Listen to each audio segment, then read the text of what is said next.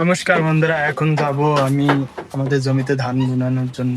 আজকে দেখাবো যে কিভাবে এক জমিতে দুই ধরনের ফসল, মানে একসাথে দুইটা ফসল হবে এবং এই ফসলের মাধ্যমে অনেকটা লাভ করা যায়। একবারে দুটো ফসল আর কি উৎপাদন হবে, এক সাইডে পাট এবং অন্য সাইডে ধান হবে। এই দুটো ফসল একবারেই হয়ে যাবে। এই জন্য আজকে ধান নিয়ে যাইতেছি, এই যে এখন ঘর থেকে এই বস্তায় ধান নিয়ে যাব। মূলত এই ধানটাই আর কি আমাদের জমিতে বোনানোর জন্য নিয়ে যাইতেছি। আর এই ধানটার নাম হলো ৩৯। ধানগুলো বুনবো আমার বাবা এবং দাদা আসার পর। আর এতটা পরিমাণ কষ্ট হয়েছে এই ধানগুলো আনার জন্য, কারণ এই পাট দুই পথে পড়ে গেছে। আমাদের উচিত ছিল আরো আগে এই ধানগুলি বোনানোর জন্য।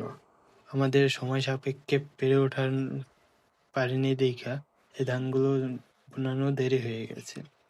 কারণ এই ধানগুলি বোনানো আরো আগে উচিত ছিল, এই জন্য যে এই ধানগুলি বড় হইতে হইতে অনেকটা সময় লাগে। এই ধানগুলোকে প্রায় ২০ দিন বা ৩০ দিনের মতন সময় দিতে হয় এই পাটের জমিতে। তার আগে জল আসা যাবে না, যাতে তলায় না যায়। কারণ ২০ দিনের মতন থাকলে এই ধানগুলো অনেকটা বড় হয়ে যাবে গাছ, এবং জল আসলেও সমস্যা হবে না। কিন্তু যে আমাদের এই ধানগুলি দেরি হয়ে গেছে, সময়ের সাথে পারিনি। তারপরেও দেখা যাক, এখন বনাইলেও হবে। আর এই ধানগুলো বোনানো হয় না এই কারণেই, আমাদের এই অঞ্চলে খুব কম বৃষ্টি হয়েছে। আর বৃষ্টি না হলে এই ধানগুলো বোনাইলেও জ্বালাবে না, এমনিই মারা যাবে। এই জন্য আমরা এই ধানগুলো বোনাই নেই। কিন্তু আজ দেখলাম সকালে যে হালকা গুঁড়ি গুঁড়ি বৃষ্টি নামতেছে, তাই ভাবলাম যে আজকে এই ধানগুলো বোনাই আসি।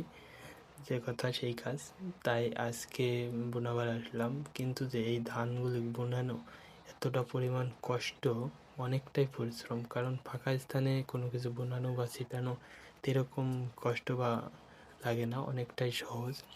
কিন্তু চারিপাশে যখন পাট বা কোনো কিছু থাকে, তার ভিতরে ধান বোনানো অনেকটাই কঠিন।